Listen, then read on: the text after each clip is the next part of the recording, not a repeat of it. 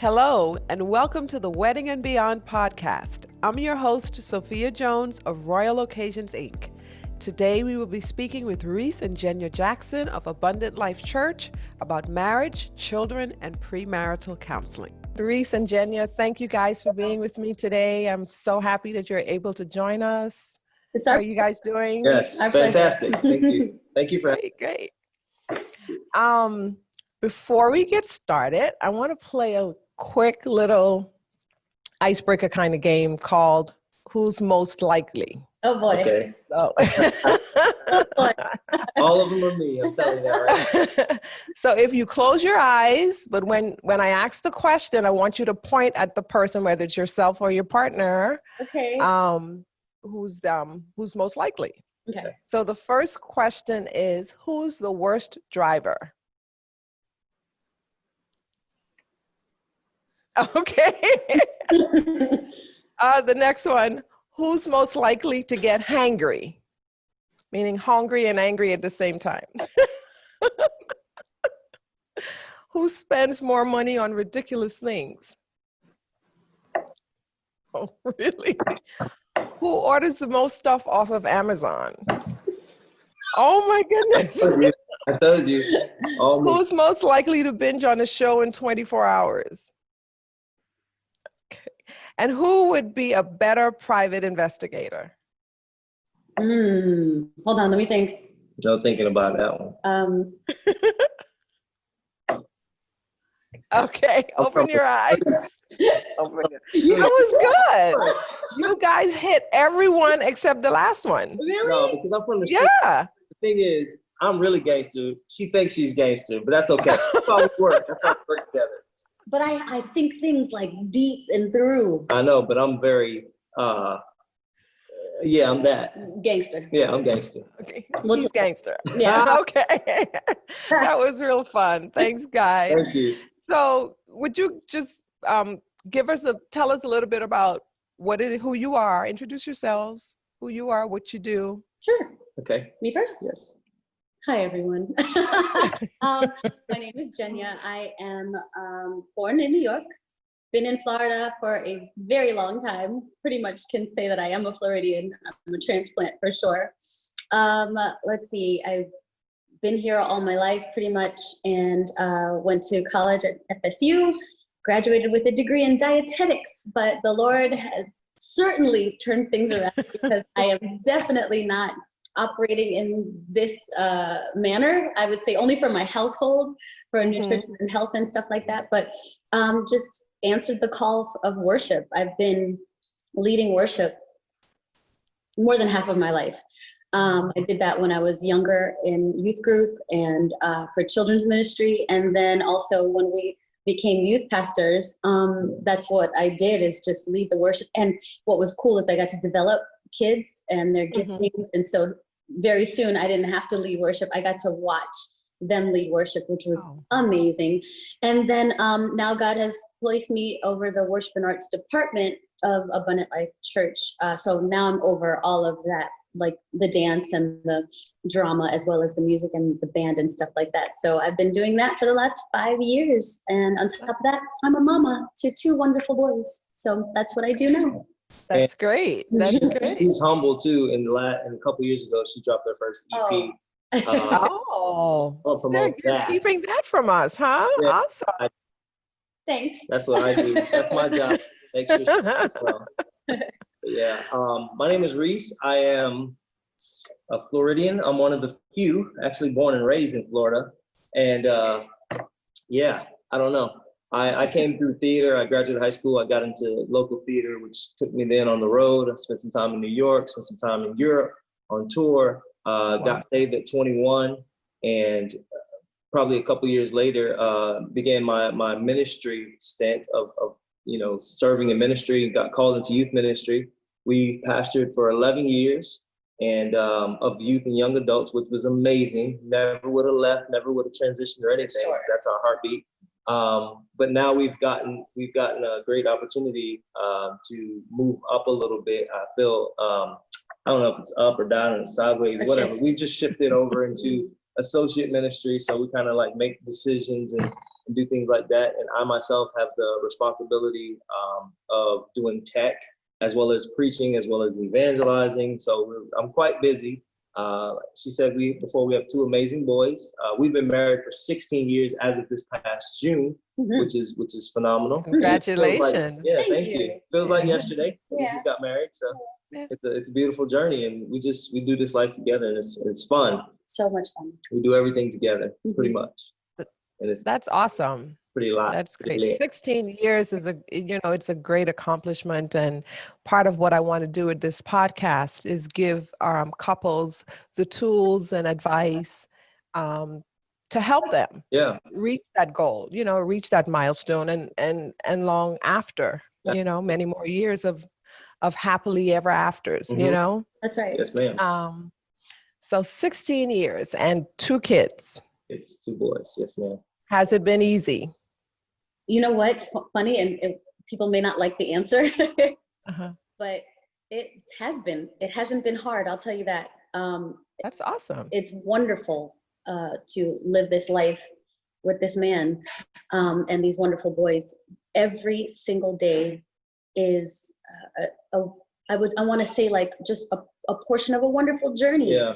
We have a great time together. I think because we value one another in such a way, and what we all have as individuals, from my youngest to him and being a goofball and being silly and being intelligent, and then my oldest boy who's super creative and fun, and this wonderful man who can do just about anything.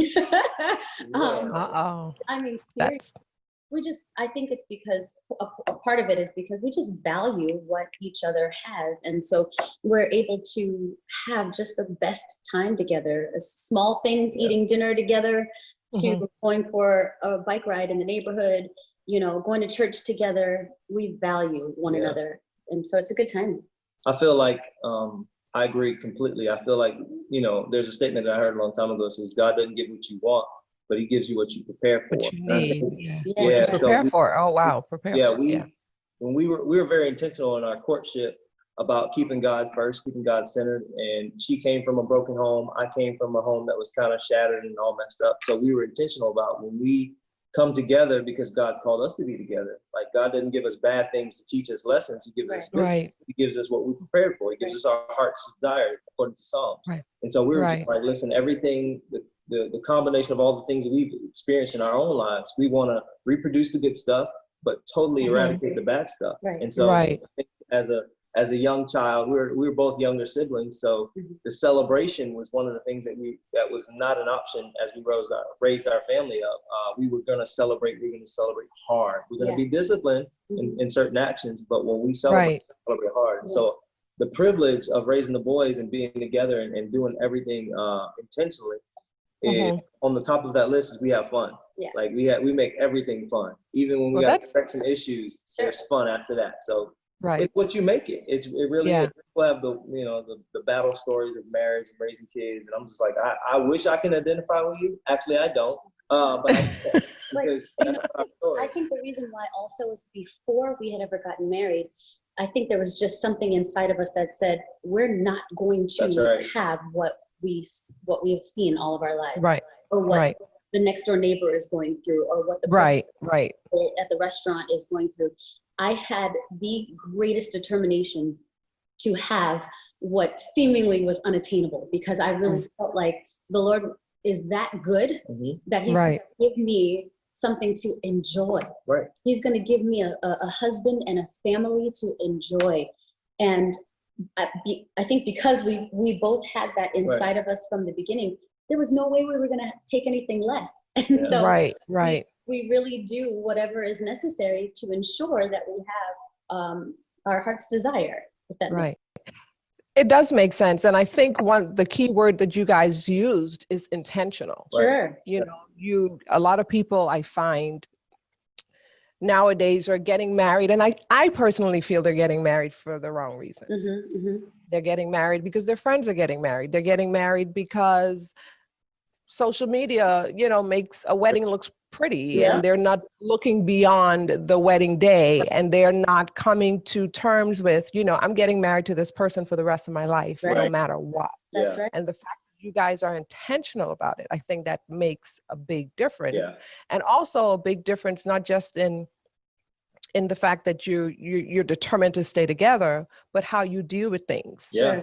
in your relationship. So if you do have issues, we're intentional that we're going to get past this, and we're Right. going to Right. make the Well, I think Yeah. people, I mean, again, you will either live life from the place of your past, Mhm. what you were taught, what you were brought up on. Some things are good, some things are bad, right? You'll reproduce Mhm. that, or you'll live life future focused. Sure. I think both of us were just determined to be future focused. Yeah. Like, we don't have Right. to live from anybody's motto.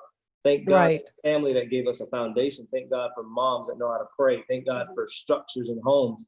But we were just intentional about living our life by God's design for our life. Because if you try to make, even with our boys, like, we point them, they're very unique in their own right. If I try to make my youngest boy behave like my oldest boy, I'm gonna mess up something in his wiring, in his Right. DNA, because God's True. created them completely different. They got Right. different fingerprints, different social security numbers. They're different. Mhm. And sometimes Right. we take these I think compartmentalized ways of teaching, and they just try to bunch everybody into their framework, and that's just not. I think you rob people of the true identity when you do that. So Right. we try to apply that. Like her, people. We were doing an interview a long time ago. Somebody's like, "What would you change about Jenya?" And I go, "Honestly, you're gonna hate me for this answer. Nothing, because That's I'm awesome. God. Only God can change her. You know what I mean? Wow. And I'm pretty Mhm. sure. I don't know if she would have said the same about me at that time, but I just respect her. I know who she is. You know what I mean? She's Yeah. a person. She's Right. a person fully fledged, capable of her opinion, of articulating herself, and who she is who she is. And I love all that. You know what I mean? Right. And things that I would change or do differently, I don't ask God to change her. I ask God to change my way of viewing it, because that's who He made her to be. That's good. And so That's a great perspective. Yeah, That's I a think when great you- perspective. when you respect people's identity, you know who they are, then their purest form. And I think when you accept them that way, I think it blesses you. Yeah. I think who Right. they are, because so many people are, living like you said before, they're getting married for all the wrong reason, which means you have Right. on a mask. Like, we have the masked singer to show, but what about the masked wedding? Exactly. Mhm.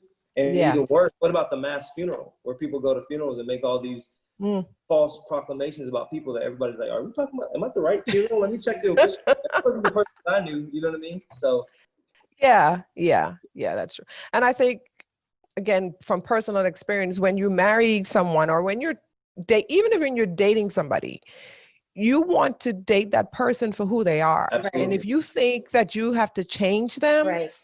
to make them the person you want them to be, Yeah, then they're not the person for you. not at That's all. right. Not at all. And you're going to have a difficult time in a marriage if you go into a marriage. Not that it can't be successful, Mhm. but you're going to have some difficulty. For sure. And I think you guys accepting each other for who they truly are, Yeah. and you're trusting God. Okay, God, this is the person you have for me. Then you have to trust Him that this is the person He has for you, right. no matter what, if that person has some characteristic that you're not too crazy about. Right, Right. right. Absolutely. Very true. Yeah. So, speaking about your boys, Mhm. before you guys got married, did you talk about having children? Did you always know you wanted to be parents? Oh yeah. Oh yeah. Oh yeah. Mhm. Yeah. There was no Yeah. question. He wanted 4 girls. I was like, "Are Out you of in?" Oh, 4 Out of my girls. mind. Yeah. I think you were a house full of girls. He would have lost his I mind. never would have made it. It would have been bad. It would have been bad. I'll tell you right now. But God is so cool. He's so good, because He gave us exactly what we needed. He gave us Yeah. exactly even before we knew what our desire was. Right. Of course, to be parents. But I mean, our boys are absolutely Phenomenal. the greatest Yeah. gifts that we could have Mhm. ever been given. And to be their mom, it's so much fun, even in this time, because this Right. quarantine time has been Yes. very Yes. interesting. But I'm Mhm. not gonna lie to you, I love being home with them. Well, that's great. Absolutely love it. And the design is beautiful, because I can write a book on even the last 90 days of her being home, and just hearing about the experiences, being that I've had to work. It's so Mhm. cool how God makes it, though, because if I had to be home every day, all day, I love my sons, but I don't know if they'll love me so much because it like work a lot. And I'm like, hey, let's take down this wall in our kitchen. Let's build a new one. My sons are like, I just want to play the drums. Like, can you? Right. So I'll be creating stuff. So mom's perfect for that, keeping the structure going. And Right. yeah, It's wonderful. yeah, it's all working. It's fantastic. Yeah.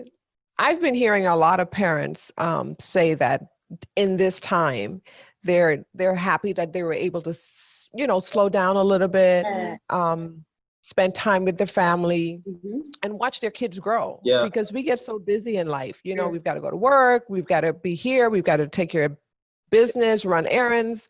And usually when we get together as a family, especially when they're kids, little ones, we miss a lot of that because we're so tired. Right. We miss a lot of them growing up. And I think this time has allowed a lot of people to slow down and just appreciate and love on their family and watch the little ones grow up. Yeah. Because before you know it, they're gone. True. Those younger days are gone. It's very true. Yeah. We've heard a lot of stories where people have missed their child's upbringing because they were so busy trying to take care of their child. Sure. So this time has been really cool. We've done some cool stuff during this time. Like for the first, I guess, couple months, every day. I mean, we work out a lot together. And our kids are always beside us. One of our boys is more interested in working out than the other one, but he's coming along. We're praying for him in Jesus' name. But one of them would get out there and he'll just be with us. He'll be asking questions. I mean, he's always inquiring. And the other one, if I want to interact with him, it's something musical. Hey, let's shoot a video. That's where he lights up. So we've managed to take these moments and things not only that we want them to do, but they actually love doing and meet them in their moment. Yes. And we do it together, which has been, I think, just even riding a bike every day. I come home early from work. Boom, we're on bikes. We're all a couple miles in our neighborhood, just having a blast at the park running. So it's just been cool stuff. Like unfortunately, this time came for a lot of people in this moment, but these are things that we've always tried to be intentional about for the most part. Oh, that's good. Making sure we carve out time to do things that all of us are interested in. And even a rare thing, we're big on eating together. Like the kitchen table. Yeah. It's that's where we learn things about our kids. Yeah. You know what I mean? That's where the wit comes out. You know what I mean? Right. The goofball, all the above. So we value. You find out who they are as a person or as individuals, right? We're also able to communicate with them some things that are going on in the world, some deep conversations we can have at the table. Or if there's something within the family that we need to talk about, the way that you dealt with your brother the other day, I don't like that. And then we had to talk about that. This is a gift that God has given you, or, that type of thing.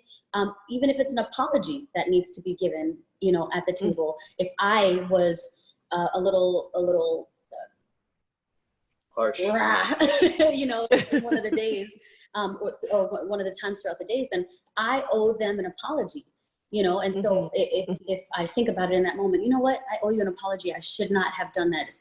We're pretty good about doing it in the moment, because I wait for their hearts to be broken from something that I did that I wasn't humble enough to ask them forgiveness for, and fix that problem. So like the dinner table is everything. It's key. Yeah. Right. Yeah. That's awesome. Yeah. I think this time has allowed a lot of families to bring back the dinner table that didn't have the opportunity to do it before. So, it's been a difficult time for world in general, but there's so much good that's coming out of it. Yes. But now that you guys how long have you been parents? How old is the oldest one? 13.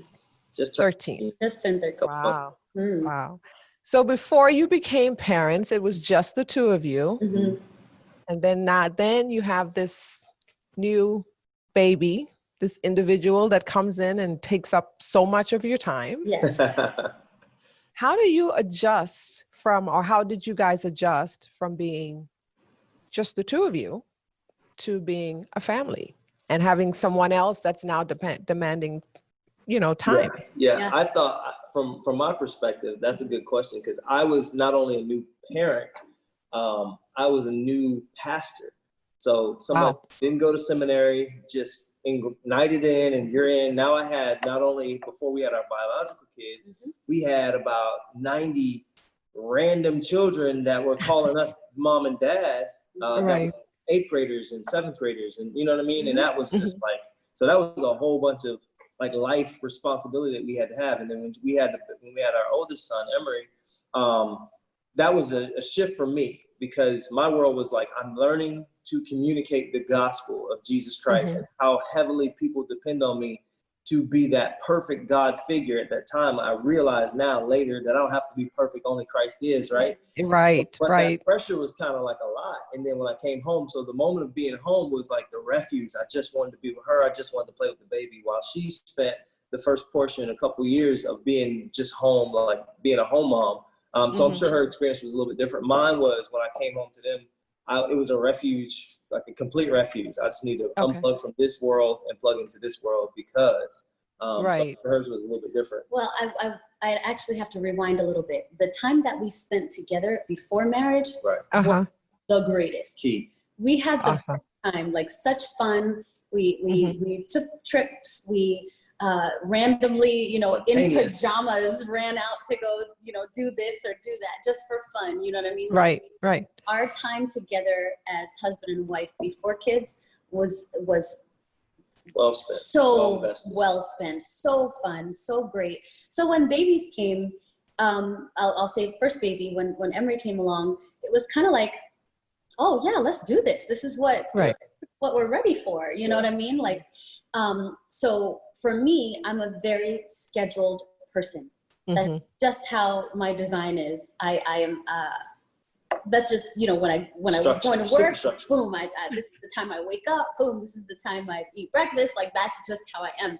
So babies, nothing changed. I really was, I mean, as far as schedule goes, I did, life as a schedule. My little pumpkin, he woke up at whatever time, I fed him. We did this thing like clockwork, nap time, everything. As a matter of fact, bedtime every night, unless we were at church or something, was 7:30. And that was, you know, baby. So 7, and my boys, thank you, Jesus, they were great sleepers. They slept for, you know, 11, 12 hours. It was fantastic. Oh, that's amazing. Yeah, and they still do it. Do that. No, I mean, no. First, no, you know, they're waking up, they're doing the whole baby thing. But after we establish that schedule, you know, that 3 month, 4 month time, those boys are amazing. So to this day, they sleep like 10 hours. It's fantastic. So that is fantastic. Because I had this schedule, it was like, I knew that we were going to be able to spend time together. Come 8 o'clock, 7:30, 8 o'clock, we're going to have our time. And we had our time every single night, unless it was a church night or whatever we had to do for ministry. But other than that, we had our time together, and I was very intentional about that. Like, nothing was going to come in between our time, because once that happens, then you lost it, man. Right. You know, our time was so important to us, and we put that first. Right. And I think that's key, you know, making the time intentional. Unfortunately for you, your kids were on a schedule. You kept that schedule. So every night you could make that time. But did y'all also make time away from the kids? Oh my God. Yeah. Well, I have this beautiful blessing called a mother-in-law. Yeah. That was very close to us, lived close to us at the time. So we'll be, and she's her mom. So they, you know, here's the baby. That's where I got the schedule from, by the way. Right. Generational. And give it to her. So we could always drop off the baby, and she was always with us. And even now we have the privilege of having her at our boys' school. So if we need something, we've had to help. That's a good way of putting it. We've had to help. And we've always, we were intentional about making sure that we took our time to just be by ourselves, because we still are married. Like, we're still Rese and Jenya covenant, not just Rese and Jenya and all these other moving parts to our life. Like, here's the deal. The reality is at 18, both of these jokers are going to go off and pursue their education or career or whatever. And then we still got to look at us and be as in love with each other as the day we began. And we were intentional about that. We saw that in our own lives and family, how that dissipated and became all about the children. The children were gone, they're all about their life. And then two strangers are looking at each other like, who are you? And who you once upon a time, but who are you now? And I feel like no dice. We don't like that. So we were intentional about that. I think we've taken a trip every single year of our marriage, maybe with the exception of maybe 3 years or so. And this year, because of this quarantine. And this nonsense, But we're going somewhere. But we were very, very intentional about that. We're going to say that word probably so many times. once a year, we're going to go on a couple's trip, just he and I. And then just the two of you. That's it. And then once a year, we'll do a family trip, Right. Boys can have, we can have that kind of fun, but it's so important to still take the time to be together by yourselves. And we go out, we date. Yeah, we do. Right. We're daters. How important is dating each other? Dating is all these, 16 years into your marriage, how important? Because I find that a lot of couples after the first year or two, and I say to couples a lot, what you did to win her over or him over, that's right. You've got to continue into your marriage. But so often couples, we get caught up in life, we get caught up in living, and the dating goes out the door, Yeah, no, you got to have fun. We like to dance and have a good time, so we'll go find a nice restaurant that has a nice band, and we'll go cut some rugs. I still dress up for these dates. We know that. Oh, that's nice. I go shoe shopping to make sure them shoes are just on point. I want them sexy. You know what I mean? I don't know how graphic. So is shoe your thing? Oh yeah, I'm a shoe guy. You're a shoe guy. I'm the black elevated version of Al Bundy. Oh my. Proud version of Al Bundy. That's horrible, right? Don't say that. Terrible. Meaning shoe salesman. No. Okay. Not the best taste for shoes. So most of the shoes, I would say probably like 90% of the shoes in my closet he has bought. Yeah. It was important to me. And you like them? I love them. He has great. You love them. Oh yeah. Great taste. Reese, the shoe guy. He's awesome. I got shoemanship. Yeah. But we date. It's very important. If we probably once or twice a month, we take the time to date. Like, boys, you're sleeping over at grandpa's house. Let's go. Right. we're right. Right. Yeah. Very important. Yeah. Again, I keep hearing the same theme from you guys, intentional. Mm-hmm. Everything is intentional. You guys are committed to each other. You're intentional about the time you spend together as a couple, the time you spend together as a family, making time for each other. It's just, I think it's refreshing. It's refreshing for me to hear that. And I think a lot more couples need to hear that. That if you're really committed to being married, you have to be intentional about it. Yeah. Right. And then children do come in and they do change your life. Absolutely. It's not going to be the same, Yeah. but you have to be intentional about making time for each other. That's right. Yep. Right? Mm-hmm. Yeah. Mm-hmm. Any other advice you would have for couples when it comes to not only being a parent, but being a married couple with children? Yeah. Okay. I got how to make that relationship work. Yeah, I feel like in regards to children, I feel like one of the things that we don't do is take sides. Oh, that's good. Because I've seen so many marriages prior to us having kids where, that's daddy's little girl, but the little girl don't have a real relationship with mom. And they just kind of, that's mama's boy, but he don't talk to his father. I think there's significance in when God put man and woman together and told them to parent. And I feel like a lot of days, and this is kind of preachy, but I feel like a lot of things that happen today is that the Bible says very clearly, Abraham led his family. And I feel like dad has been so interested and focused because of the way systems are set up that he has not been present in the family. And so when he shows up, he's either going to be the super disciplinary, or he's going to be the super lenient guy who leaves mom to be the bad guy. So what we've done in our house is that we make sure that we don't take sides. You can't ask mom and mom says no and then come ask dad and get away with it. I'm not going to I'm going to say, what did mom say? Same thing. Right. And that's where we've done a good job at standing in unity. And we have our times where we talk beyond the children to say, hey, how are we going to deal with this situation? You know what I mean? There is times now, my teenage son, my oldest Emery, he's coming and naturally he kind of gravitate towards me a little bit more, but he'll come and say, hey, dad, can I talk to you? Because there are things that I feel comfortable just sharing with you. I'm like, absolutely. But because we've discussed that type of behavior, she's not offended by it. Because what I do from that moment, unless he said, we don't keep secrets. So what I do at that moment, I go have the conversation and be like, hey, I talked to Emery today about this, you need to know about it. You know what I mean? Right. So my youngest son is totally like all wrapped around mom at all times, 100%. And so sometimes I can look a little crazy in the face, like dad just needs some love. But I know that he needs that nurturing time where I'm gonna bring about this rural thing. He needs mommy because he's a different spirit. You know what I'm saying? Right, But she kept me in the loop, and she teaches me and helped me how to deal with him. Hey, you can't go that hard with him in this given area because he's not ready for that yet. I go, okay. Right. So I could be, if I was egotistical and arrogant, I could be like, no, I'm gonna treat him. I can't. You know what I mean? Right. So that's where our relationship and the communication that we have has helped us, I think, be better parents, because we don't take sides. The kids know that they're not gonna get one from me and nothing from mom or something, or vice versa. But they also know that we're okay with our individual identities as parents, that we're so unified that whatever you're telling me, you're actually telling mom. You might just feel more comfortable saying it to mom's face versus my face at this moment. But we're talking about that at some point. Like there's nothing hidden. So that's a good thing for parenting. I feel like we've done a good job at. And I'm going to piggyback real quick before you go to the next one. When as he's saying that, it's reminding me that we recognize that both of the boys are very different. Right. Extremely different. So the way that we talk to them, the way that we even discipline them, it has to be a smidgen different from one another. Like, because they're individuals. They're not the same. They are individuals. And so I believe that the Lord gives us eyes to see those things.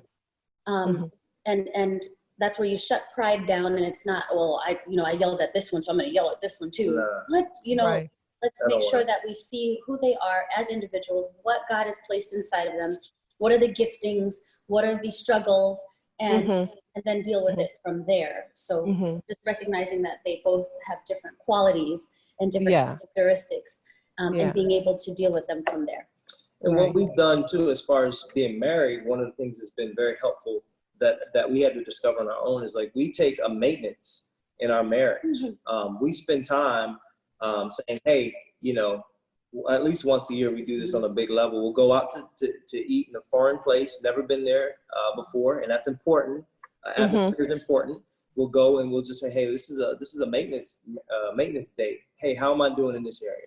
All right, you spend a lot more time, maybe on your editing stuff as you probably should be with the boys a little bit more. All right, check, roger that. It's kind of like a no compete clause. No. Right. Angry moments. You can't have feelings. This is a safe space to say whatever you got. Hey, you need to up your romance level a little bit. As far as Yes. Right, yes. You're right. You know what I mean? I want to, you know what I mean? That stuff is good. So that keeps us where we get to have all these dates. Somebody might be listening today and be like, y'all can't have that many great dates. Yes, we can, because we do the maintenance along the way. Like if you maintain your car and get that oil changed every 3,000 miles, you don't have to worry about the engine dropping out one day. Right. You know what I mean? Because you've done the maintenance. Now here's the deal. The maintenance is cheaper than the repair. Sure. Because the maintenance is $39.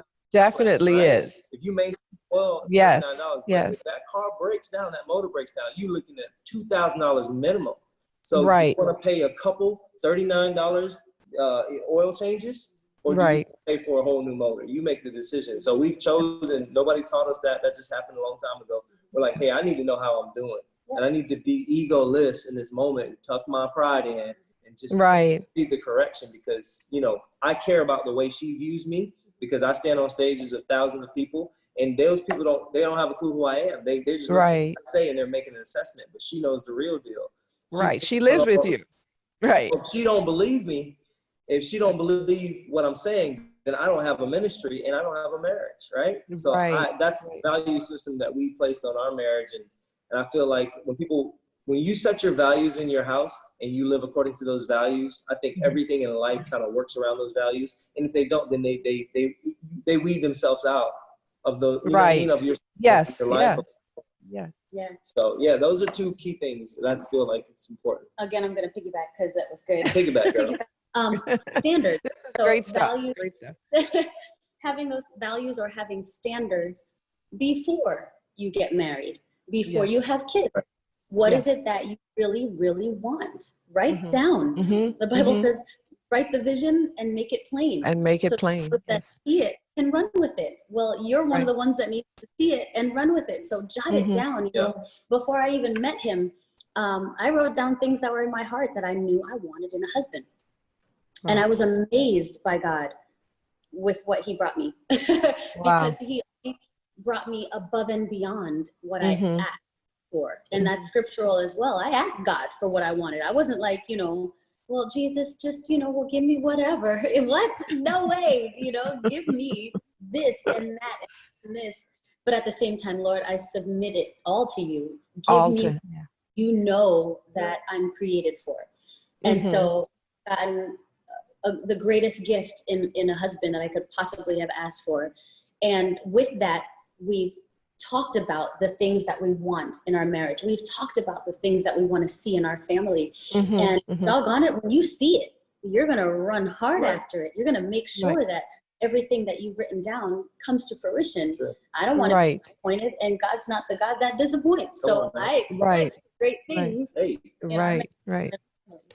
So how long after you wrote that list did you meet Rese? Okay, so that was in college. I should know this one. Junior years. No, it was my senior year. Hold on. It was just a year. 1 year.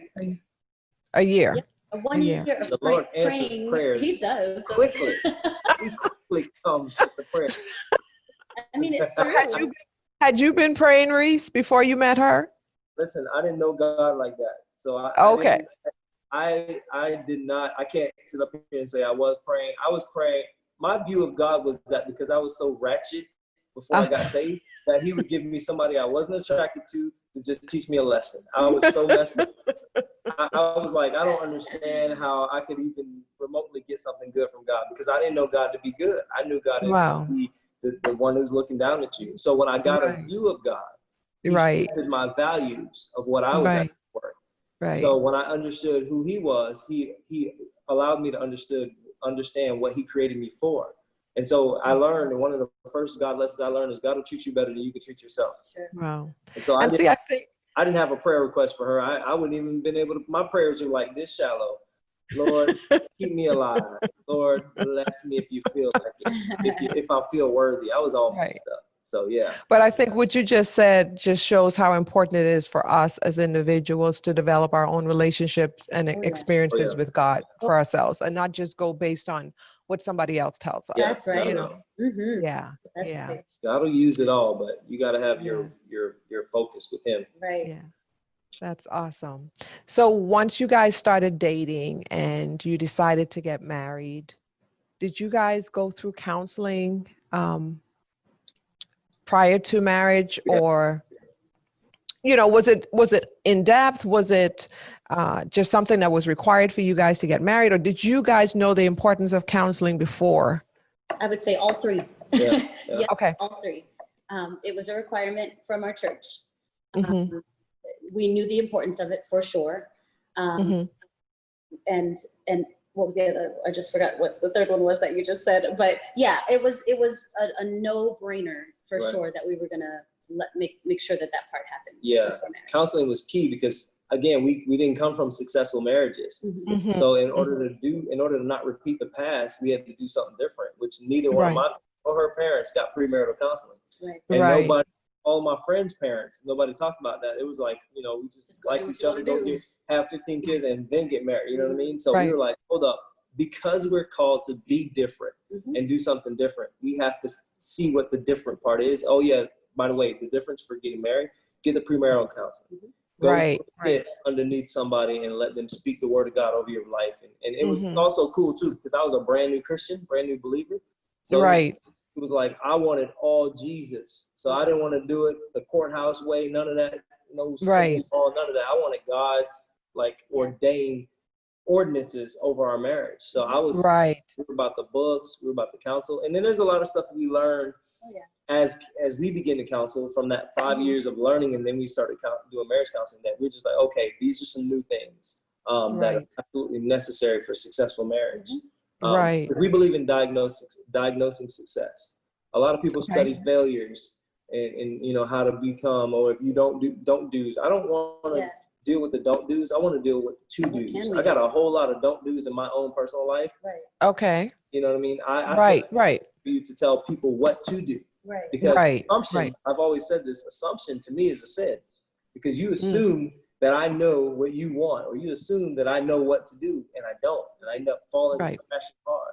So we're like getting around people, getting around a specific couple. I remember even to this day, they're one of the greatest couples in our church. And we just asked them questions like, you know, how do you guys, you know, do this? How does this work? How do, you know, scenario driven. So we sought after counsel beyond the counsel. Right. Okay. And also we saw people's marriages that were great on paper, but as we got close to them, we're like, okay, no judgment, but that ain't never happened. Right. You know what I mean? And we were both invested in making sure that I want to make sure that when people see Jenya, they see the best representation of Rese. When they see Rese, they see the best representation of Jenya. And I don't ever want to skew that viewpoint by doing something that would misrepresent us, and more importantly, God that we serve. So if we're in it and we're investing in it for the long haul, you got to do all the above. You got to see. In talking to couples, especially I'm working with them to plan their weddings. You know, I find a lot of times they're comparing themselves and their relationships, again, either whether it's social media or to a friend or somebody who they have no personal relationship with. They have no idea what's really going on. You know, everybody on social media looks like they have a perfect life. And they don't. And I think a lot of times they don't take the time to diagnose, like you said. You know, they don't take the time to learn that person. They don't take the time to talk to couples who have successful marriages or couples who may have experienced a failed marriage or a failed relationship, so you can learn from that person. You know, not that you want to emulate that behavior, you want to know what not to do, right? You know, and so I think that's where a lot of counseling, even though for some reason people think that counseling is a bad thing, but it's not. It's necessary if you want to make the relationship or want to make your marriage successful. I can't even tell you how many times we've done marriage counseling, sitting in a room with two young adults in their 20s. And brought up certain subjects.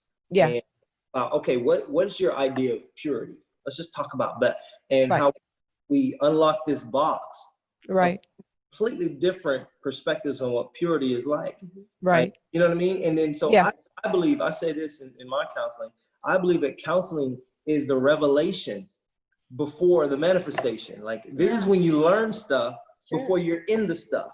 You know what I mean? And I do something I've never heard another counselor do. My first session with you, after I found out that you're born again and you love Jesus, I try to make sure that I try to point out every reason why you shouldn't get married. And if you come back to my second session, then that means you're committed to this change. You're committed to it. Nobody likes that. Because I start saying, do you know that person is going to snore for the next 30 years? If they snore now, it's only going to get louder. Can you take that right now? I mean, I start pointing out weird stuff, and people are like, oh, I didn't think about that. Her feet are ugly, so you're going to spend $65 on pedicures, and that's going to be a necessity in your budget. Did you know that you just signed $65 a month for the rest of your life? You know what I mean? Right. Whatever. But I try to make sure that people have a revelation of what they're actually getting into, because beyond the glitz and the glamour, like you're gonna live in the life that you create. So you better know what you want.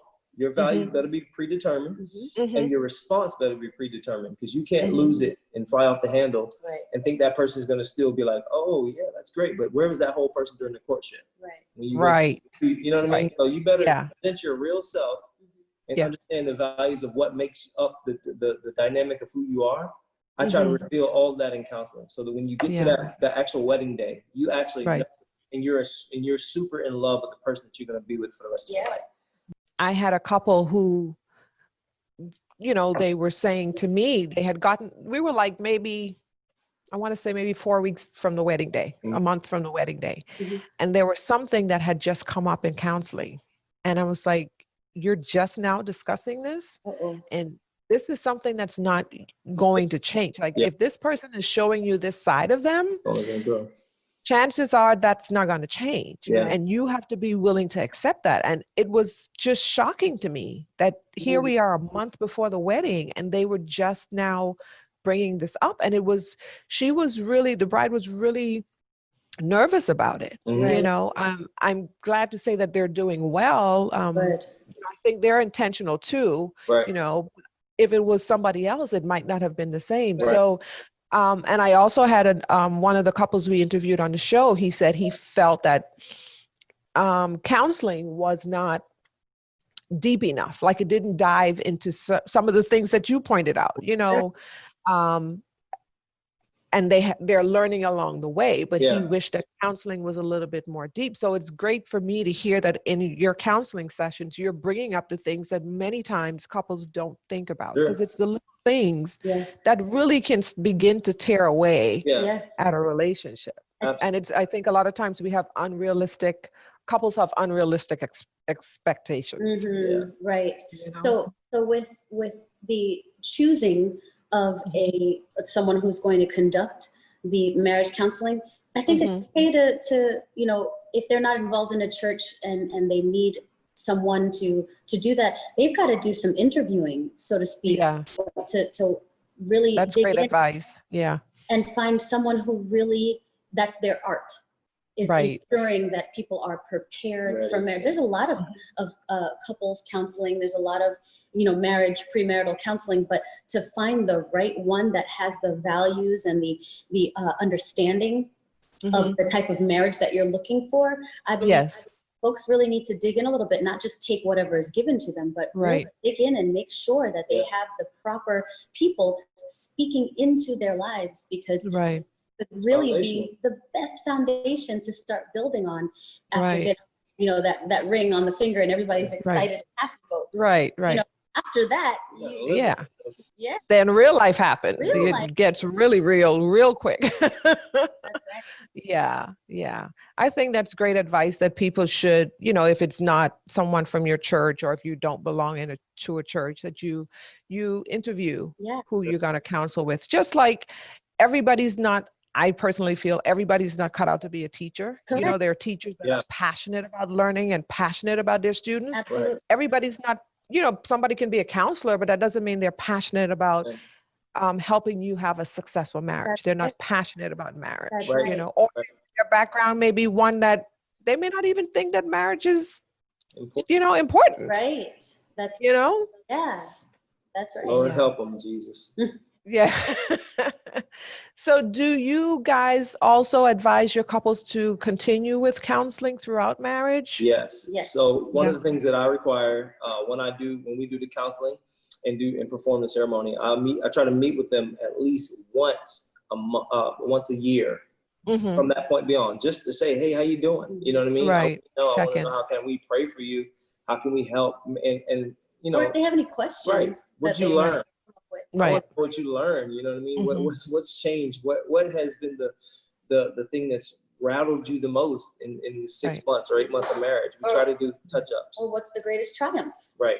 You know, there's great things to celebrate. I think that's another portion. You mentioned that earlier, but really celebrating the greatness that you have in that marriage. You know, sometimes just a little celebration can really solidify that person's security in the marriage itself. You know, just telling and you're so wonderful, or thank you so much for cleaning the dishes for me. I really appreciate that. Something small to something big, you know, celebrating is a huge thing. So maybe that's one of the things that, you know, a young couple would say to us after that year, you know, man, you know, what I've noticed is when I do this happens, or this is a wonderful thing that we've established in our relationship. And so it's even things that we can jot down and say, man, that's awesome. Right. That to the next counseling session, you know. Wow. Yeah. Do you guys, like you said, there's stuff that you write down and you will take to your next counseling session, but do you guys also learn from your couples for yourselves, for your own marriages, your own marriage? There's some things that we've extracted over the years of things that people have said. Like, again, when we did our counseling, we learned the structures, the principles, the biblical principles of being married, but we learned, like, you know, the maintenance thing from another couple. You know, not necessarily we performed the wedding, but we learned that. I stole that from a couple that's been successful for 50 years. I'm like, how do you be successful? It's like we pick a safe space and we talk. And we're not allowed to be offended. And I was like, oh snap, that's me. Whew, got that. You know, so from the people that we teach, we can learn. I believe I can learn from anybody. So if there's something, if it's good, it's good. I don't care who said it. It's good. It's going to be. If it's worth repeating, it's going to get repeated. Right. So yes, the answer is yes. I love it. I love it. Those from you, Sophia. Man, you're gonna hear this on my podcast. Man. Oh, I love it. I love it. I'm just going to ask each one of you to tell, if you're talking to a couple who is planning to be married or a newlywed couple, one piece of advice that each one of you would give them to have a sustainable, successful marriage. We've already talked about it, but being intentional about time. Yeah. Time is everything. If you allow things to consume you, then your relationship is going to fall by the wayside, and it's going to continue to get pushed back and not be as important as it was at the beginning. So if you keep the time together as a priority, that would be a great way of keeping things strong within your relationship. Right. Yeah. Other than the obvious of keeping God at the center, because he's the only one that does not change. That's Everybody else right. is involved. Mm-hmm. Other than that, I would say make sure you know yourself very well. Wow. Because I don't believe it's proper. You can properly represent yourself to your husband or to your wife if you're not secure within yourself. That's good. What makes a thing work whenever two or more gather is the stability within the individual first that they bring to the other person. Because if she's broken her leg and I'm not strong enough, when she leans on me, I'm gonna topple over as well. Right. If she broke her leg and I'm stable in who I am, my makeup, I can support myself and support her.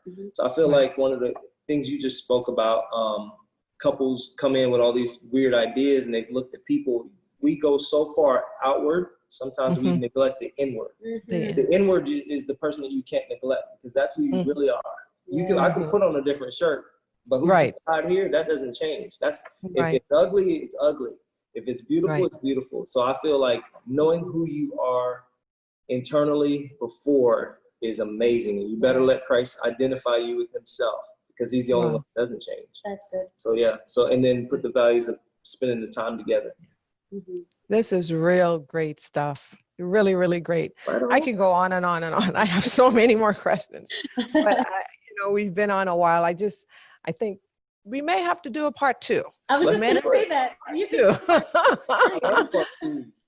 Listen, thank you guys so much. I really appreciate you too. I love the way the two of you look at each other. It's just and the way you relate to each other, and you have so much great experiences to share. And you're doing that, and you're doing that in your church. You're doing that in your families. Thank you.